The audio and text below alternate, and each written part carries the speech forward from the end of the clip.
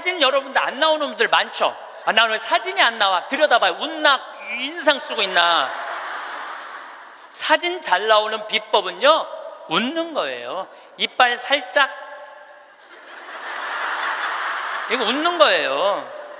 그러면은요, 아무리 못생긴 사람도 참 예쁘게 나와요. 웃음은 기적의 시작이에요. 여러분들 하루 종일 같은 모임에 다니는 친구들이 있어. 같이 밥도 먹고 여기 만나러도 가고 여기저기 구경도 다녀. 근데 다 웃는데 딱 한 사람만 남들이 웃어도 이런 사람 있어요, 없어요? 꼭 있어요.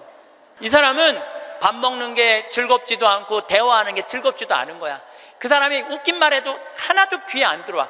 그 사람 왜 안 웃는지 알아요? 상대방을 무시하려고 안 웃는 게 아니에요. 이 사람이 왜 안 웃느냐 하면은 이 사람 머릿속은 이런 생각밖에 없어. 남편하고 이혼을 해봐라. 조이팔한테 1억을 투자했는데 그거 어떻게 찾아? 이러니까 웃을 수가 없는 거예요. 아들이 하나 있는데 새벽 4시까지 게임을 하고 낮 5시에 일어나. 이런 사람은 웃을 수가 없는 거예요. 이 사람은 뭐가 가득한 사람이냐면 근심 걱정이 가득한 사람이에요. 근심 걱정이 가득한 사람은 웃을 수가 없어요. 근데 여러분들이 근심한다고 단 하루라도 생명을 연장할 수 있어요? 걱정하지 말라고 예수님이 마태복음 6장에 말하잖아요. 걱정하지 말아라. 너희들은 오늘 일은 오늘로 족하다. 무엇을 먹을까? 무엇을 마실까? 무엇을 입을까? 걱정하지 마세요. 그러니까 여러분들은 걱정하지 말고 그냥 웃고 사세요. 웃음은 기적의 시작입니다. 달걀 중에 유정란이 있고 무정란이 있어요. 똑같은 달걀인데 어떤 달걀은 뿅아리를 까고 어떤 달걀은 뿅아리를 못 까요. 참 그거 구분하기 어렵대요. 유정란인지 무정란인지. 똑같은 달걀인데 근데 사람도요 유정란이 있고요 무정란이 있어요. 똑같이 인생을 사는데 이 사람은 무정란이야. 생명이 없는 사람이 있어. 매일 죽는다는 소리 입에 그냥 달고 다니는 사람이 있어요. 근데 어떤 사람은 유정란이 있어. 난 너무 행복해. 난 너무 감사해. 나 사는 게 너무 즐거워. 이 사람들은 유정란하고 무정란 구분법을 알려드릴게요. 첫 번째, 저 사람이 유정란인지 무정란인지 구분하는 첫 번째 방법은 뭐냐면 이 사람이 웃느냐 웃지 않느냐에 따라서 유정란이냐 무정란이 구분돼요. 저는 차코와 룽가 대통령께서 마지막에 박수를 치고 웃는 모습을 보고 저분이 나 땅 주겠구나 그런 생각이 들었어요. 왜냐하면요 웃음은 기적의 시작이에요. 웃음은 기적의 시작. 또 여러분들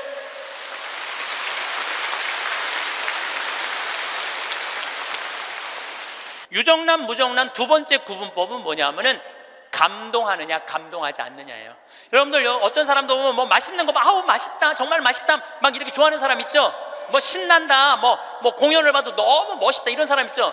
그런 사람이랑 같이 다니면 다닐만 해요. 네.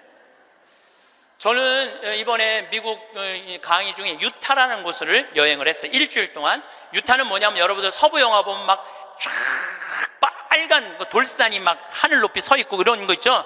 거기에 브라이어스 캐년, 그랜드 캐년, 델리키드 아치 이런 캐년랜드 이런 데가 있는 지역이에요. 미국에서도 가장 인기 있는 관광지예요. 거기를 일주일 동안 여행을 했는데 나 여행을 인도한 사람이 74살 먹은 마틸다라는 친구예요. 저는 여러 차례 말씀드리지만 나는 87살까지는 친구예요. 87살까지는 친구예요. 근데 74살 먹은 마틸다라는 이 친구인데 4년 전에 내가 미국 강의 갔을 때 요세미티라는 공원을 나를 하루 1박 2일을 데리고 왔는데 내가 너무너무 행복해 하니까 이번에 강의 온다니까 준비를 한 거야. 나 보여주려고 3,000km가 되는 데를 3번을 답사를 한 거예요. 3,000km, 74살 먹은. 근데 이분은 부자가 아니야. 세탁소 하는 분이에요. 근데 정말 내 강의대로 사는 분이야. 돈만 생기면 여행을 가는 거예요. 나중에 안 가고 이분은 생각만 나면 지금 가는 분이야. 지금 얼마나 즐겁게 사는지 몰라. 정말로 모아놓은 거 이런 생각 없어. 그냥 쓰는 거야. 그냥 쓰다 죽자. 스주케 회장이야. 그냥 쓰다 죽자. 그냥 쓰다 죽자. 3,000km를 3번을 답사를 한 거예요. 8명이 같이 여행을 갔는데 이분은 이미 다 구경했기 때문에 더 이상 볼 게 없는 분이에요. 딱 뷰포인트, 제일 경치 좋은 자리 가서 이분은 경치를 안 보고 나를 보더라고요. 과연 내가 감동할 것이냐, 감동하지 않을 것이냐. 근데 저는 5년 전에 내가 위암 걸리고 난 다음부터 저는 매일매일 감동이에요. 이번에도 단풍을 보는데 내가 하느님한테 기도했어요. 하느님, 이 아름다운 단풍을 올해도 볼 수 있게 해주셔서 감사합니다.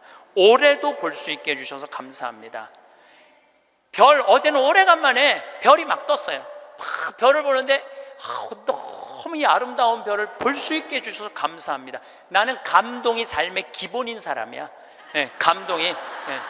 막 감동을 하면 막 너무너무 행복해. 그러니까 내가 그 뷰포인트에 딱 섰을 때 내 반응은 정말 이랬어요. 여기 죽인다. 여기 너무 멋있다. 좋아, 아주 좋아. 제가 맨 입만 열면은 오 마이 갓. 너무 일주일 동안 내가 계속 입에서 감동. 와, 너무 진짜 멋있었고. 이랬을 때 나하고 같이 간 7명은 자기 인생에 가장 행복했던 여행이라고 얘기를 하더라고. 여행은 어디를 가느냐가 중요한 게 아니에요. 누구와 가느냐가 중요한 거예요. 누구와 가는데 감동하는 사람이랑 가느냐, 감동하지 않는 사람이랑 가느냐에 따라서 여행은 기분이 확 잡치기도 하고 너무 멋있기도 해. 꼭 여러분들 이런 사람들 있죠. 꼭 좋은데, 경치 좋은 데라고 생각하고 데리고 갔는데 이렇게 말하는 사람 있어요. 뭐하러 여기까지 와? 있어요, 없어요?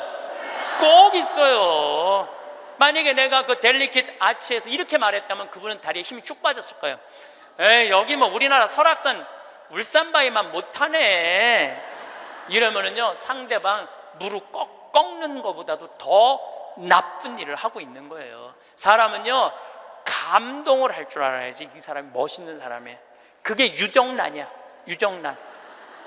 여러분들, 아내가 아이고 아파, 아이고 허리 아파, 아이 힘들어 죽겠어. 그럼 남편이 아이고 또 아프다고 그러네. 이거 아픈 사람 한둘이야. 좀 제발 좀 끙끙 소리 좀 하지 마. 그럼 정말로 신경질이 나요. 아이고 아파, 아이고 어떻게 해줄까, 얼마나 애 낳느냐고 힘들어갖고 이렇게 아프고, 정말 내가 죽일 놈이지, 살림하느냐고 힘들고 얼마나 아플까. 이거는요 위로가 돼요. 아프다, 나도 옛날에 다 아파봤어. 이런 사람 완전히 고춧가루 뿌리는 사람이에요. 유정란, 무정란은요, 감동하느냐 감동하지 않느냐에 따라서 결정이 되는 거. 또 유정란, 무정란은 감사하느냐 감사하지 않느냐에 따라서 유정란, 무정란은 결정적으로 구분지어져요. 남편이 김치찌개 딱 먹고, 여보, 이렇게 맛있는 김치찌개 먹을 수 있는 건 대한민국에서 나 하나밖에 없을 거야. 당신 어쩜 이렇게 김치찌개를 맛있게 끓여? 이거는 김치찌개가 아니야. 이건 예술 작품이야. 당신 혹시 여기다가 약 탔어? 이러면은요, 아내는요, 음식하는 게요, 예술 작품을 만드는 기분으로 만들 수 있어요. 근데 남편이 딱 김치찌개 먹고, 야, 30년 동안 끓이는 김치찌개 이것밖에 못 끓이냐? 김 있어? 김 재놓은 거? 콩, 간장, 콩 갖고 와, 콩. 이러면은요, 아내는 그 김치찌개에다가 독 타고 싶어, 독. 제가 이번에 애리조나에 갔는데 꼭 애리조나에 한 할아버지가 나 식사 대접을 하고 싶다는 거예요. 근데 어느 정도로 부자냐면 애리조나에서 최고로 돈을 많이 버는 분이래요.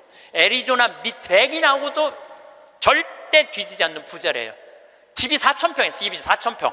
수영장도 있고 하여튼 들어가 보니까 대골 같더라고요. 그래갖고 꼭 만나고 싶다 그러니까, 그것도 안내하는 분들이 꼭 가자고 그러니까, 본당 신부님이 가자고 그러니까 본당 신부님이 해제하는 대로 해야죠. 갔는데 주인이 딱 나왔는데 앞치마를 딱 두르고 나온 거야, 할아버지가. 나는 어마어마하게 부자라 그래서 촥 럭셔리하게 하고 나올 줄 알았더니 앞치마를 딱 두르고 나온 거예요. 그래서 아니 이렇게 부자라는데 이 앞치마가 어울리지 않는다 그랬더니 이분이 나한테 그러는 거야. 안토니오라는 분인데 이분이 나한테 신부님 날 이렇게 만들었다는 거예요. 무슨 소리냐?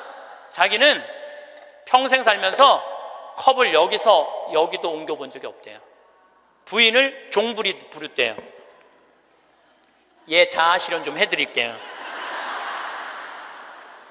부인을 종부리 부렸대요. 근데 미국은 먼 거리를 다니기 때문에 CD를 많이 듣고 다녀요. 그래서 내 CD를 누가 고서 준 거예요. 근데 그 CD 안에 무슨 내용이 들어있느냐면은, 남자들 30년 동안 밥을 얻어 먹었으면, 양심이 있으면 설거지는 좀 해라.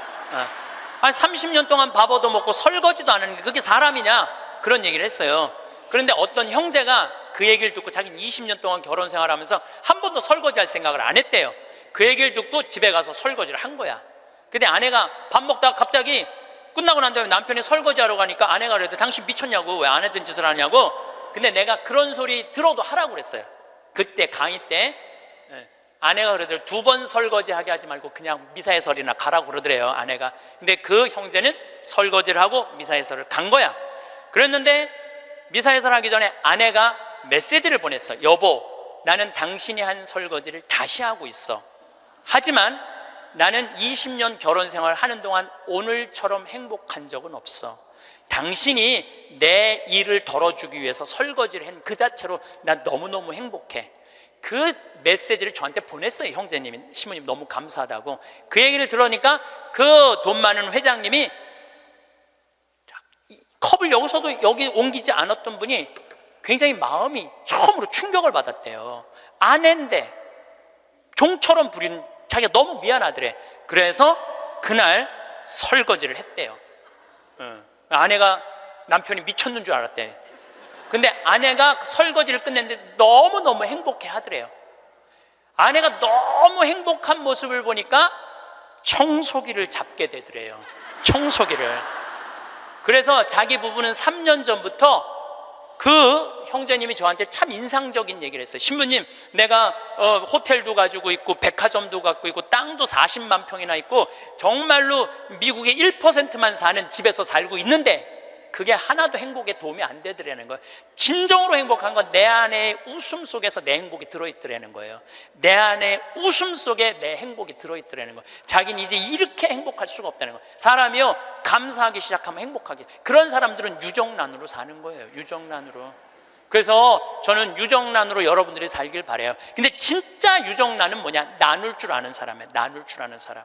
제가 3년 전에 이제 잠비아 활동 가면서 혼자 가기 멋쩍잖아요. 그래서 이제 세례준 이제 치과 의사한테, 야, 나하고 같이 이 잠비아 치과가 하나도 없대더라. 가서 봉사활동하자. 며칠 가야 되냐? 그러니까 한 10일 가야 된다 그랬더니, 신부님, 우리 10일이면 좀 부담스럽다고. 차라리 한 2천만 원을 봉헌하면 안 되겠냐고. 그러길래 내가 이렇게 얘기했어요. 너 2천만 원도 봉헌하고 너도 가야 돼. 그래서 호주에 있는 우리 요한 바오로 치과 의사, 계속 나한테 봉사하고 싶다 그러는 의사랑 인천에 있는 세실리아 의사 셋이 갔어요. 거기는 의사가 없으니까요, 어떻게 오느냐면 하루 전날부터 트럭을 타고 오는 거예요. 20명씩. 썩으니 막 아프니 막 이걸 하루 종일 치료를 해주면서 밤에 말씀 나누기라는데, 그 의사들이 이런 얘기를 하더라고요. 신부님, 저는 치과 의사 하면서 별로 기뻤던 적이 없다는 거예요. 그런데 이번에 이 봉사활동을 하면서 내가 의술 배운 걸 잘했다는 보람을 처음으로 느낀다는 거예요. 그러니까 나누면서 자기 능력에 대한 보람을 느끼는 거예요. 그러니까 작년에 얼마나 자랑을 했는지, 작년에는 6명이 따라갔어요. 6명이. 근데 그 6명 중에 정말로 열심한 의사 선생님이 있어요. 나는 사실은 열심한 사람을 좋아하지 않아요. 막 묵주기도 갑자기 50단 하자고 그러고 막 무릎 꿇고 십자가를 하지, 이런 사람들 좋아하지 않아요. 근데 하루에 100단씩 한대, 그 의사 선생님은. 그리고 막 치과에 가보니까 이건 병원인지 성당인지 구분이 안 돼. 성모님, 예수님, 온 치과에 다 있어. 근데 그 의사 선생님이 에이즈 환자 이를 빼다가 그 피 묻은 그 핀셋으로 자기 손가락을 찔러버린 거야. 참, 저녁에 말씀 나누기 했는데 파김치가 돼 있고 약 먹고 이러니까 파김치가 돼 있잖아요. 너무너무 미안하더라고요. 그래서 내년에는 그냥 오지 말고 그냥 한 해 휴가 가고 건너뛰자. 그랬더니 세례도 안 받은 그 호성이라는 선주 신자도 아니야, 김호성이라는 치과 의사가 나를 똑바로 쳐다보는 이렇게 얘기하더라고요. 신부님은 내년에 오지 마세요. 우리끼리 올 테니까. 이 좋은 거를 왜 막느냐 이거야. 비행기표도 다 자기네들이 내고 가는 건데 다 자기네들 돈으로 가는 거예요. 이게요, 의미를 찾잖아요. 그럼 삶은요 찬란해지는 거예요. 의미를 찾으면은. 그래갖고 올해는 의사 선생님들이 8명이 갔어. 내년에 데려가 달라는 의사가 4명이야. 4명, 12명. 기적은요 억지로 만들려고 이루어지는 게 아니에요. 그냥 하느님이 이루어 주시는 거예요. 나눌 때 기적이 일어나는 거예요.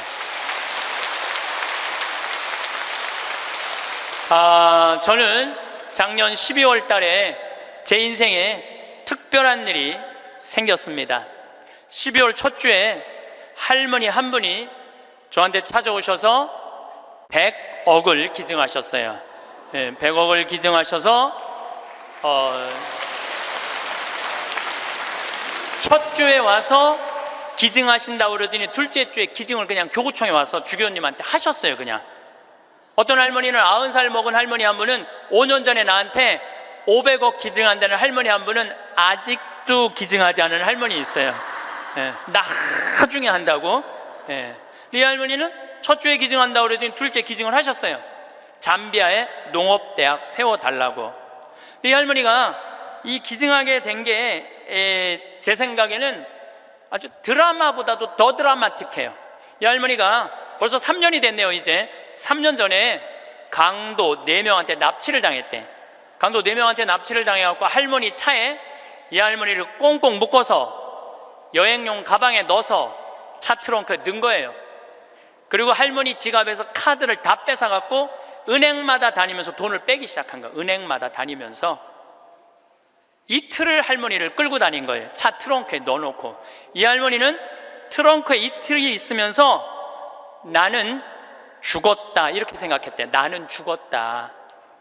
근데 이 강도들한테는 뭐가 가장 궁금하냐면 이틀을 끌고 다니니까 경찰들이 나를 지금 쫓고 있는지 아니면 집에서 신고를 했는지 그게 너무너무 궁금하잖아요. 그 라디오를 틀었는데 이 할머니 차인데 AM도 고장나고 FM도 고장난 거예요. 유일하게 뭐만 고장나지 않았느냐면은 CD 플레이어만 고장이 안 난 거예요. 근데 그 CD를 딱 틀었는데 뭐가 들어있었냐면 내 강의 화가 나십니까가 들어있었던 거예요. 그 딱 들었는데 내 강의를 딱 듣는 순간 이 강도들이 계속 듣더래요. 이틀을 반복해서 듣더래요. 내 강의는 나도 졸릴 때 내가 듣거든요. 운전하면서. 너무 신기한 게 내가 한 강의인데도 내가 듣는데 내가 막 웃겨. 여러분들처럼 내가 막 웃어요. 그러니까 그 강도들도 계속 웃더래요. 근데 이제 이틀이 지나고 나서 트렁크 속으로 들리더래요. 죽이자, 죽이지 말자. 계속 이 소리가 들리더래요. 이 할머니 그 소리 들을 때마다 얼마나 기가 막혔어요. 죽이자, 죽이지 말자 이러는데. 그런데 막 언쟁을 끝내고 난 다음에 두목이 트렁크에 있는 할머니를 꺼내더니 할머니, 우리가 이 CD를 듣다 보니까 할머니 죽일 생각이 없어졌다. 할머니 풀어줄 테니까 신고만 하지 말라고. 그래서 할머니가 풀려난 거예요. 저는 내 강의를 어떤 분은 신부님 강의 너무 좋아갖고 녹음을 CD를 해갖고 1000개를 해갖고 1000개를 돌렸다는 분도 내가 만났어요. 근데 저는 지금도 공개적으로 얘기하지만 나는 내 CD에 대해서 지적 재산권 저는 요구하지 않아요. 10,000개를 복사해도 돌려도 돼. 선교용으로 얼마든지 쓰세요. 저는 그 할머니가 그 CD를 듣고 나한테 100억을 기증한 게 더 중요한 게 아니라 그 CD를 듣고 4명이 저지르지 않은 것에 대해서 훨씬 더 감사해요. 저는. 근데 이 할머니가 풀려나서 1년 동안 바깥 출입을 못했대요. 1년 동안 너무너무 무서워서. 안 그렇겠어요? 세상이 얼마나 무섭겠어요. 그런데 할아버지가 계속 할머니한테 그런 거, 당신은 신부님 때문에 사는 거라고. 이 할아버지는 작년에 돌아가셨어요. 87세에 올해 돌아가셨는데, 올해 폐암으로 돌아가셨는데 이 할아버지가 계속 할머니한테 그랬대요. 당신은 신부님 때문에 사는 거라고. 이 할머니가 정신을 차리고 보니까 나 때문에 사는 거거든. 어느 성당에 강의를 들으러 왔는데 어떤 할머니가 쉬는 시간에 나한테 와서 인사를 어떻게 한 할머니가 있었느냐면은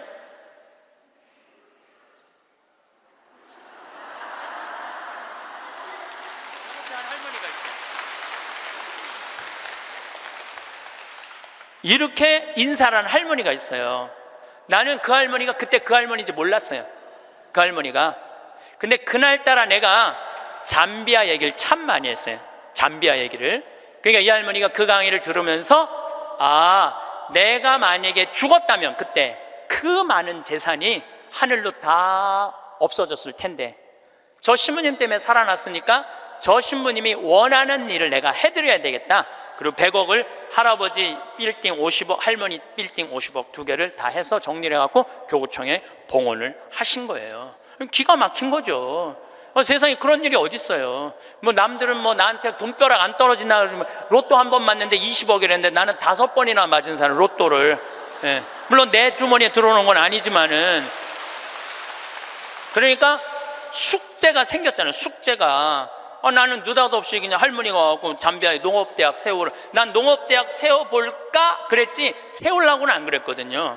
예, 세우려고는 안 그랬어요. 하고 나중에 거기다 농업대학 세워볼까 이런 생각은 있었어요. 그럼 어떻게?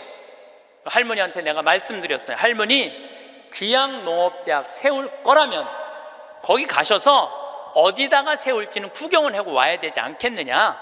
내가 할머니한테 그랬어요.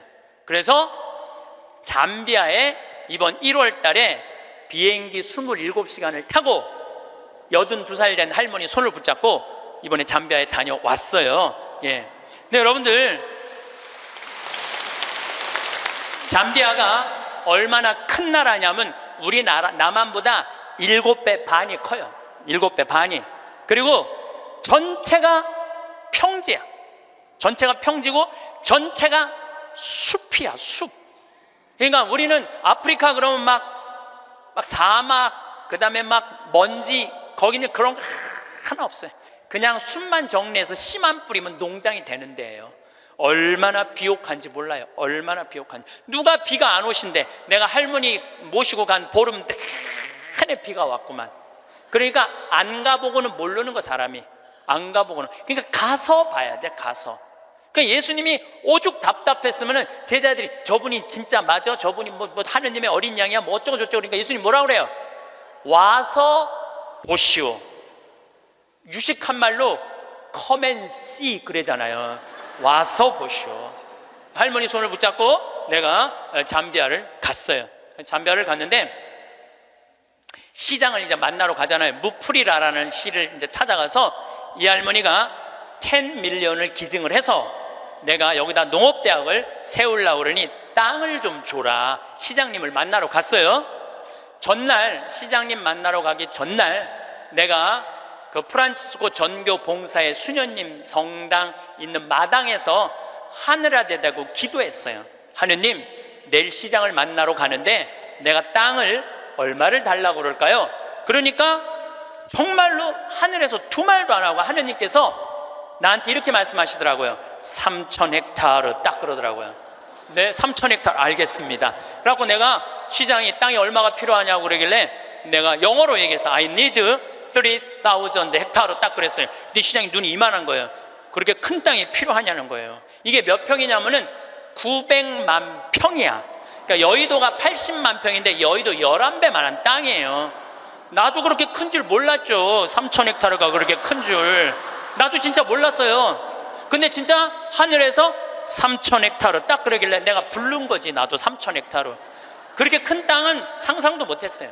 근데 더 놀라운 건 시장님이 이렇게 말씀하시더라고요. 그렇게 큰 땅이 필요하냐고. 그런데 미안하지만은 우리 무프리나시 전체가 450만 평밖에 안 된다는 거예요. 줄 땅이 없다는 거, 줄 땅이. 그리고 시장 재량으로 줄 수 있는 땅은 300만 평밖에 안 된다는 거예요. 1,000헥타르. 하느님은 나한테 900만 평 불렀는데 내가 300만 평만 받으면 이거 하느님 심부름을 잘 못하는 거 아니에요. 그래서 물어봤죠. 그러면 900만 평을 받으려면 어떻게 해야 되냐? 그랬더니 대통령을 만나야 돼. 대통령을 만나야지 대통령 사인이 나야지 그 땅을 줄 수가 있다는 거예요. 그럼 좋다. 내가 대통령을 만나겠다. 그래서 이번에 7월 22일 날, 1월 30일 날 갔다가 다시 7월 달에 잠비아를 또 갔어요. 7월 22일 날 대통령을 만났어요.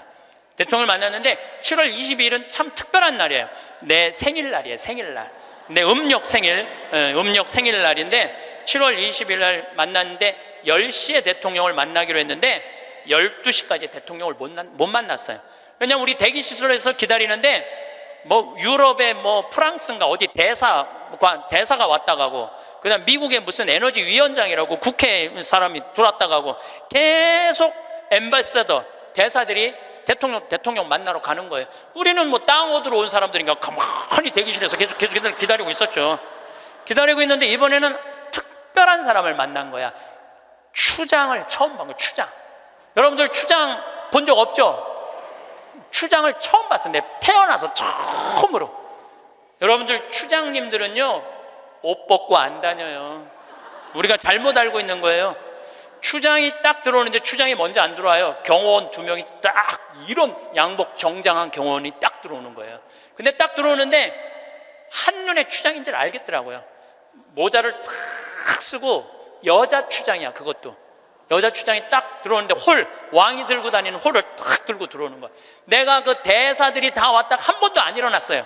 근데 그 추장이 딱 문 열고 들어오는 순간 저절로 일어나지더라고. 저절로. 왜냐하면요, 잠비아의 추장 정도면 어느 정도로 권력이 좋으냐면은 보통 추장 한 분이 가지고 있는 땅이 6억 평 정도 돼요. 부산시가 1억 4천만 평이에요. 부산시가. 그러니까 서울보다 더 큰 땅을 갖고 있는 거예요. 추장 한 분이. 그러니까 잠비아에서 추장님한테 잘못 보이잖아요. 그냥 쫓겨나는 거예요. 근데 어떻게 안 일어나? 저절로 일어나지는 거죠. 그러더니 나를 보더니, 내가 로망칼라 했으니까 내 손을 나를 보더니 딱 웃으면서 땡큐, 수녀님들도 다 땡큐 하고 딱 만나러 가는 거예요. 그것도 대통령 추장님 만나고 나오면서 우리 또 나올 때 또 일어나죠. 추장이 만나고 그냥 가더라고요. 2시간 동안 사실은 추장님 왔다 갔다 하고 뭐 대사관들 왔다 갔다 하는 건 구경만 한 거야. 12시가 됐을 때 경호실에서 영접실로 오라고 그러더라고요. 그래서 영접실에 들어가서 거기서 1시간을 기다려요. 1시간을. 3시간 만에 대통령이 나타난 거예요. 대통령께서 딱 들어오시는데 우리를 딱 보더니 정말로 내 귀에 영어로 그러더라고요. I owe you an apology 그러더라고요. 사과하겠다는 아주 정중한 말이에요. 그 말이 사과하고 싶다고. 그러니까 내가 그 얘기를 딱 듣고 내가 진짜로 유창한 영어로 이렇게 말했어요. 진짜 유창한 영어로 Don't worry, I understand, because you are president of Zambia. 내가 그랬어요. 당신 잠비아 대통령이기 때문에, 당신 바쁘기 때문에 내가 이해한다. 그러니까 대통령께서 막 웃으시더라고요. 그리고 이제 앉아서 제가 이런 얘기를 했어요. 나는 잠비아를 사랑한다.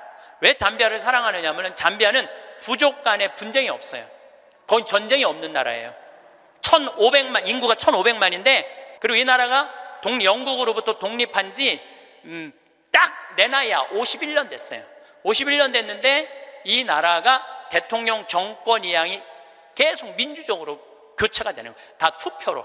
참 특별한 아프리카의 평화로운 나라예요. 평화로운 나라예요.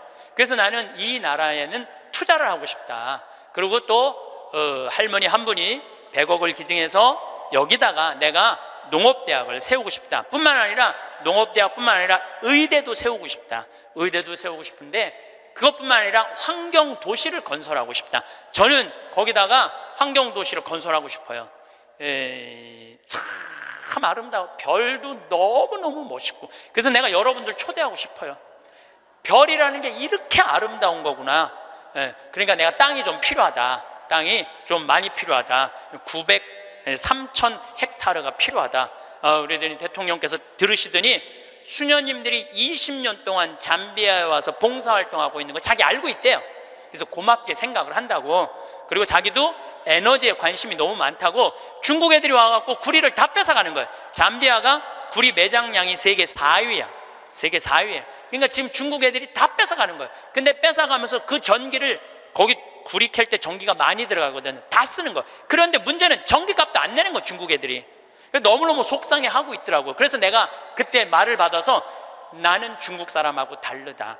나는, 그리고 우리나라는 그 얘기도 했어요. 우리나라는 다른 나라 한 번도 침략한 적 없는 나라다. 다른 나라 거 뺏어온 적이 한 번도 없는 나라다.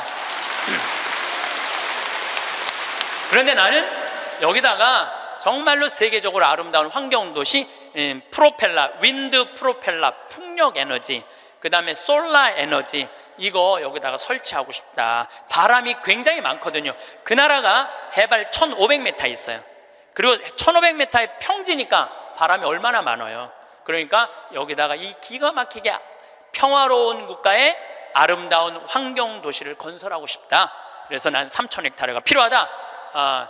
나는 이런 말은 전부 다 한국말로 하고, 근데 내 옆에 이제 통역 교수를 데리고 갔죠, 내가.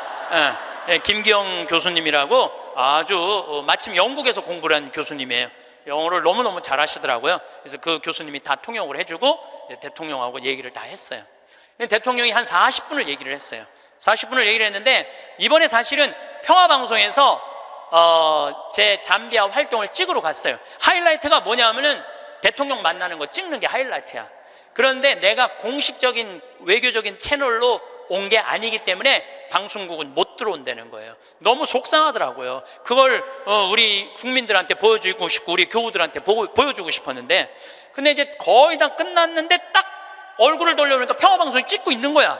그래서 나중에 어떻게 된 거냐고 물어봤더니 우리를 너무 오래 기다리게 해서 그런지 갑자기 경호실에서 들어가서 찍으라고 그랬다는 거예요. 나는 이렇게 대통령을 보고 있느냐고 앞을 못 봤거든요. 40분 동안 집중을 해야 되잖아요. 집중. 잘 못 알아들어도 알아듣는 척하고 막 이렇게 집중을 해야 되기 때문에 앞을 못 봤어요. 다 찍었다는 거예요. 다 찍었다는 거예요. 그래서 이번에 평화방송에서 성탄 특집으로, 제목이 내가 정확하게 못 들었는데 8월의 크리스마스라는 제목으로 그 잠비아 특집으로 방송을 할 거예요. 여러분 한번 보세요. 꼭 보세요. 그리고 이제 대통령께서 다 얘기가 끝나고 미안했는지 사진 찍자고 그러더라고요. 그래서 내가 딱 일어났는데, 대통령, 난 벌써 일어나는 거 끝났는데 대통령은 계속 일어나는 거야. 키가 보니까 2m야 2m. 대통령이 키가. 그래서 제가 진짜 이랬어요. 이렇게 고개를 들고 진짜 또 유창한 영어로 이렇게 얘기했어요. Too tall. 내가 그랬어. Too tall. 사진을 찍으려고 그러니까 내가 너무 키가 작으니까 안 되겠어. 그래서 내가 영어로 얘기했어요. I need lift. 리프트 올리겠다. My heel, 뒤꿈치를 올리겠다. 내가 그러니까 대통령이 박장대소를 하시는 거예요. 그래갖고 대통령이 한 우리 간 직원들, 이제 우리 수녀님들 다 뭐 10분하고 사진, 우리 저기 평화방송 스태프들하고도 다 찍어주셨어요. 너무너무 즐거우셨나 봐요. 그래갖고 이제 근데 이제 그 땅을 받으려면 2년을 기다려야 된대요. 왜냐하면 땅이 크기가 얼마냐, 분당 신도시 2배만 한 거니까. 우리도 신도시 하나 개발하려고 그러면 하루아침에 결정이 안 되잖아요. 그러니까 2년은 기다려야 된다고. 그리고 대통령께서도 강요회의를 통해서 나중에 땅을 드릴 수 있으면 회의로 결정되면 드리겠다고 그렇게 얘기를 했어요. 근데 내가 이제 마지막에 대통령을 정말로 많이 웃겼거든요. 나는 하느님한테 받은 특별한 은사 중에 하나가 누구도 웃길 수 있는 은사를 받았어요. 누구도 웃길 수 있는 은사를 받았어요. 그리고 나는 끝나고, 사실은 대통령 만나고 눕고 이러고 저러는 바람에 새벽에 갔다가 밤 12시 와갖고 생일 밥도 못 먹었어요. 그리고 다음날 강의는 LA, 아프리카에서 LA 성령대 강의가 있는데, 그런저런 이유로 비행기를 놓쳤어요. 2,500명이 기다리고 있는데 LA에서 지금 나를.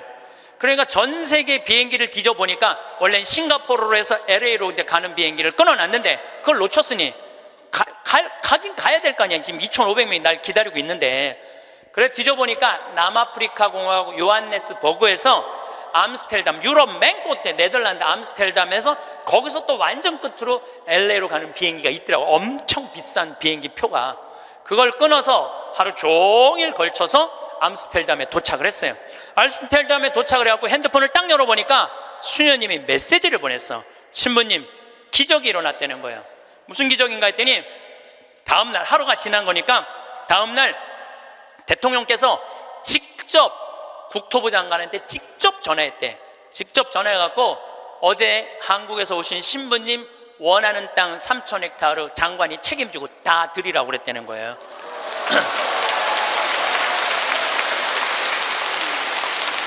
그리고 일주일이 이제 성령대 이제 강의가 다 끝나고 일주일이 지났는데 수녀님이 또 메시지를 보냈어.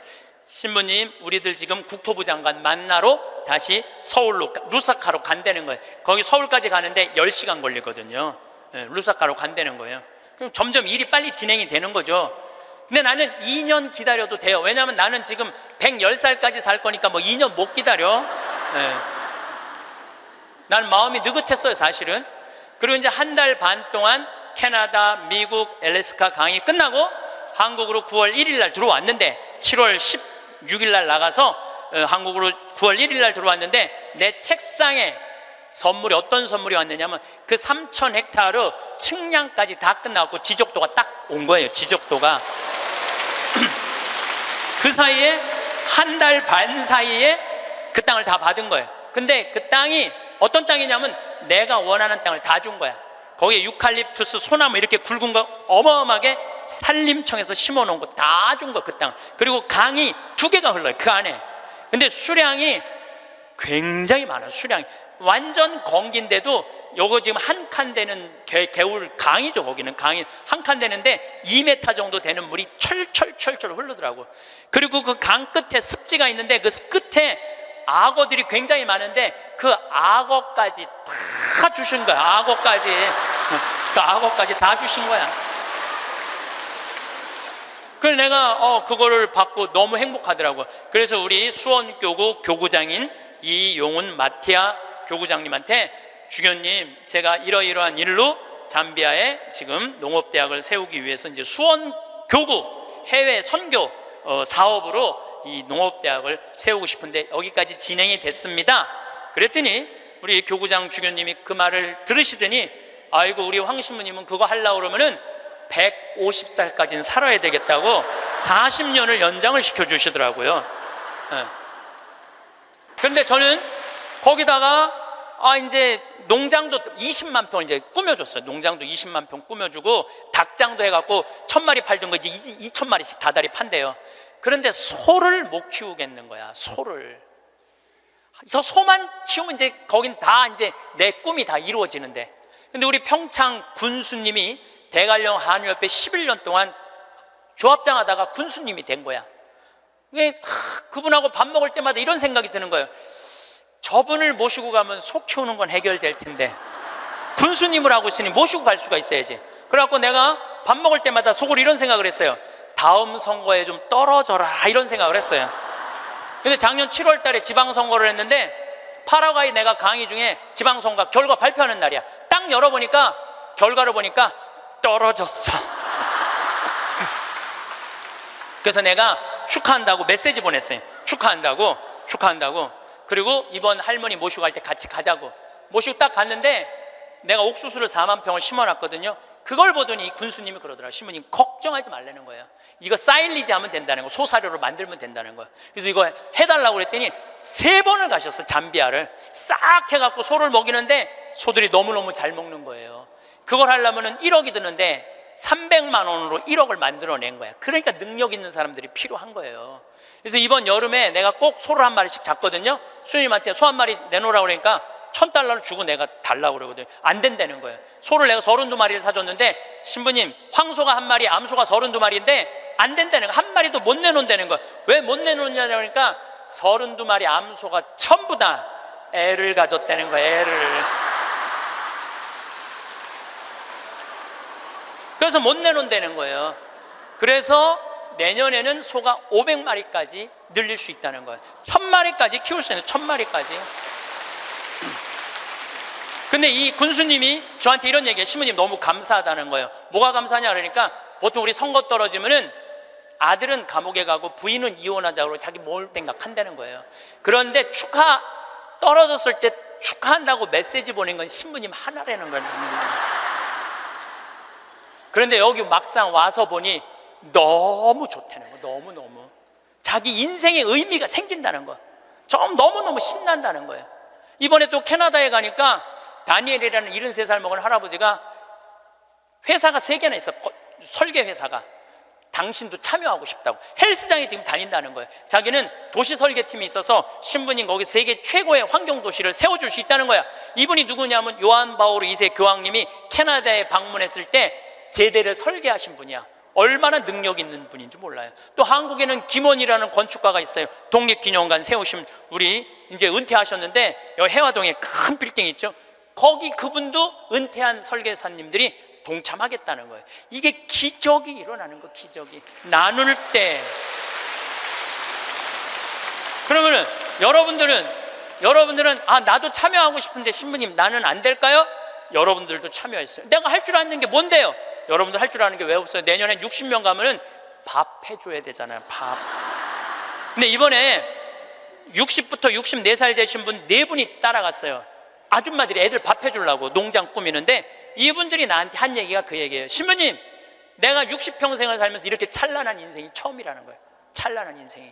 그래서 여러분들 이제 제발 내 집, 내 자식 그런 이기적인 거에서 벗어나서 정말 유정란의 삶을 살고 싶으면 나누셔야 돼. 이제 이 900만 평의 도시 세우려고 그러면요, 여러분들의 재물만 필요한 게 아니에요. 여러분들의 능력이 필요해. 저는 이번에 잠비아에 가고 너무 가슴 아픈 일이 있었어요. 어떤 일이 있었느냐면은 간호대학을 세우다가 수녀님들이 돈이 없어서 멈춘 거야. 그냥 완전 폐허가 된 거야. 너무 가슴이 아프더라고요. 그런데 내가 가만히 보니까 나는 책이 정말 많이 팔리더라고. 사는 맛, 사는 멋, 요즘 또 왜 우리는 통하지 않을까, 또 이번에 이제 촌놈 신부 유럽 여행기, 인세가 너무너무 많은 거야. 그래서 내가 수님한테 전화했어요. 수녀님, 내가 간호대학 세워주겠다고. 그러니까 내가 인세가 한 2억 정도 있어갖고 그거 다 보내주기로 했어요. 그런데도 얼마가 모자라면 3억이 모자라. 그래서 내가 이번에 한 번 더 여러분들의 도움을 청해요. 제가 시간이 없어서 그러는데 작년에 포크레인 산다고 그럴 때 2억만 보내달라고 그러는데 우리나라 국민들이 얼마를 보내줬는지 알아요? 10억을 보내줬어요. 10억을. 너무너무 감사하죠. 이게 내 일이 아니야. 하느님 일이지. 저는 여러분들 무정란으로 살지 않았으면 좋겠어요. 유정란으로 살았으면 좋겠어요. 마지막 삶과 함께 결론을 좀 말씀드리고 싶어요. 레오나르도 다빈치가 모나리자를 하루아침에 그렸겠어요? 수도 없이 찢었을 거예요. 수도 없이. 그리고 그 멋있는 작품을 남긴 거예요. 여러분들도 인생 살면서 실패하고 잘못하는 거 참 많으시죠? 그렇지만은 여러분들이 끊임없이 완성을 향해서 나가면은 여러분들 마지막에는 레오나르도 다빈치처럼 멋있는 인생의 유정란을 남기고 가실 수 있으실 겁니다. 웃음이 사라질 때 가장 먼저 굳어지는 것은 얼굴이 아니라 마음입니다. 웃음은 단순한 표정이나 예의가 아닙니다. 웃음은 마음에 여유가 있다는 신호이고 지금 이 순간을 받아들일 준비가 되어 있다는 표시입니다. 그런데 근심과 걱정이 마음을 채우기 시작하면 얼굴, 근육이 먼저 긴장합니다. 미간이 좁혀지고 입꼬리가 내려가고 눈빛이 경계하듯 날카로워집니다. 이 경직은 단순히 표정에만 머물지 않습니다. 몸 전체가 긴장하고 호흡이 얕아지고 어깨가 올라갑니다. 웃음을 잃으면 관계도 함께 굳어집니다. 말투가 딱딱해지고 시선이 차가워지고 상대의 말에 반응하는 속도가 느려집니다. 대화가 의무처럼 느껴지고 만남이 부담스러워집니다. 사람을 만나도 마음이 닫혀 있으면 진짜 대화는 일어나지 않습니다. 형식적인 인사와 표면적인 이야기만 오갈 뿐입니다. 웃음이 없는 대화는 메마릅니다. 상대도 그것을 느낍니다. 그래서 관계가 점점 멀어지고 만남의 횟수도 줄어듭니다. 잘 웃는 사람이 가벼워 보이는 이유는 그들이 책임감이 없어서가 아닙니다. 마음의 짐을 잠시라도 내려놓을 줄 아는 사람이기 때문입니다. 웃음은 힘을 빼는 연습이고 긴장을 풀어내는 호흡입니다. 웃음이 있는 사람 곁에 있으면 나도 모르게 긴장이 풀립니다. 웃음은 전염됩니다. 한 사람의 웃음이 주변을 부드럽게 만들고 그 부드러움이 다시 다른 사람의 웃음을 불러옵니다. 반대로 웃음이 없는 공간은 점점 더 경직됩니다. 누구도 먼저 웃지 못하고 모두가 조심스러워지고 분위기가 무거워집니다. 그렇다고 억지로 웃어야 한다는 말은 아닙니다. 웃어야 한다는 강요는 오히려 더 큰 피로를 만듭니다. 웃지 못하는 스스로를 자책하게 만들고 웃음마저 해야 할 일처럼 느끼게 만듭니다. 미소는 결과이지 목표가 아닙니다. 웃으려고 애쓰는 것이 아니라 웃음이 자연스럽게 나올 수 있는 상태로 마음을 돌려놓는 것이 필요합니다. 걱정을 잠시 내려놓는 태도, 오늘 하루만 사는 감각이 필요합니다. 내일 일은 내일 생각하고 지난 일은 지난 일로 두는 연습입니다. 지금 이 순간에만 머무를 수 있을 때 마음은 비로소 가벼워집니다. 미소가 다시 돌아오는 순간 삶은 다시 현재로 돌아옵니다. 과거와 미래에 묶여있던 마음이 지금 이 순간으로 돌아오는 것입니다. 웃음을 잃는 과정은 서서히 진행됩니다. 어느 날 갑자기 웃지 못하게 되는 것이 아닙니다. 처음에는 진심으로 웃다가 어느 순간부터 형식적으로 웃게 되고 그러다 아예 웃지 않게 됩니다. 이 과정에서 우리는 스스로에게 거짓말을 합니다. 괜찮다고, 바쁠 뿐이라고, 원래 이런 사람이라고 합리화합니다. 하지만 마음 깊은 곳에서는 알고 있습니다. 예전에는 더 자주 웃었다는 것을, 지금은 무언가 달라졌다는 것을. 웃음을 되찾는 첫걸음은 이 변화를 인정하는 것입니다. 내가 웃지 않게 되었다는 사실을 솔직히 받아들이는 것입니다. 감동이 사라진 삶은 기능적으로만 돌아갑니다. 밥을 먹어도 맛이 느껴지지 않고, 풍경을 봐도 아름답다는 생각이 들지 않고, 음악을 들어도 가슴이 울리지 않습니다. 누군가의 말에 공감하지 못하고 작은 순간들이 그저 스쳐 지나갑니다. 감동이 줄어들수록 삶은 의무와 반복으로 채워집니다. 해야 하니까 하는 일, 지나가니까 지나가는 시간, 그렇게 하루가 쌓입니다. 감동 없는 삶은 색이 따진 흑백 영화 같습니다. 모든 것이 똑같은 톤으로 느껴지고 어제와 오늘과 내일이 구분되지 않습니다. 감동은 감성이 풍부한 사람만의 특권이 아닙니다. 감동은 삶과 연결되어 있다는 신호입니다. 무언가에 마음이 움직인다는 것은 내가 살아있다는 증거입니다. 하늘이 예쁘다고 느끼는 순간, 음식이 맛있다고 느끼는 순간, 누군가의 말이 마음에 와닿는 순간, 그 모든 것이 삶과 나를 연결하는 고리입니다. 감동 없는 삶이 쉽게 지치는 이유는 삶이 단순히 통과해야 할 시간으로 전락하기 때문입니다. 지나가는 것에 마음을 주지 않으면 삶은 그저 견디는 과정이 됩니다. 견디기만 하는 삶은 오래 갈 수 없습니다. 마음이 메마르고 영혼이 지쳐갑니다. 감동할 줄 안다는 것은 삶을 그냥 넘기지 않는다는 뜻입니다. 감동은 특별한 사람만의 능력이 아니라 태도입니다. 사소한 것에 반응하는 사람과 그렇지 않은 사람의 삶은 밀도가 다릅니다. 똑같은 하루를 살아도 한 사람은 그 안에서 여러 개의 순간을 발견하고 다른 사람은 그저 하루를 통과합니다. 어디를 가느냐보다 중요한 것은 함께 감탄할 수 있느냐입니다. 같은 장소에 가도 마음이 열려 있는 사람은 그 안에서 빛나는 순간을 발견합니다. 나무 사이로 비치는 햇살, 바람에 흔들리는 나무십, 멀리서 들려오는 새소리, 이런 것들이 모두 감동의 재료가 됩니다. 감동은 삶의 체온을 유지해 줍니다. 마음이 차가워지지 않도록, 삶이 무뎌지지 않도록 지켜주는 것입니다. 감동이 있는 삶은 따뜻합니다. 감동의 크기는 중요하지 않습니다. 거창한 순간에만 감동하는 것이 아닙니다. 오히려 일상의 작은 순간들이 더 깊은 감동을 줄 때가 많습니다. 아침에 마주친 햇살, 길에서 우연히 들은 노래, 친구가 건넨 짧은 위로, 이런 순간들이 쌓여서 삶을 풍성하게 만듭니다. 감동은 축적됩니다. 오늘 느낀 작은 감동이 내일의 마음을 조금 더 부드럽게 만들고 그 부드러움이 또 다른 감동을 받아들일 준비를 합니다. 반대로 감동 없이 살다 보면 마음은 점점 굳어집니다. 처음에는 큰 것에만 반응하지 않다가 나중에는 작은 것에도 반응하지 못하게 됩니다. 감동의 문턱이 점점 높아지는 것입니다. 감동을 되찾는 방법은 의외로 단순합니다. 속도를 늦추는 것입니다. 빠르게 지나가면 아무것도 보이지 않습니다. 천천히 걸어야 길가의 꽃이 보이고, 천천히 먹어야 음식의 맛이 느껴지고, 천천히 듣어야 상대의 진심이 들립니다. 속도를 늦춘다는 것은 게으름이 아니라 주의를 기울이는 것입니다.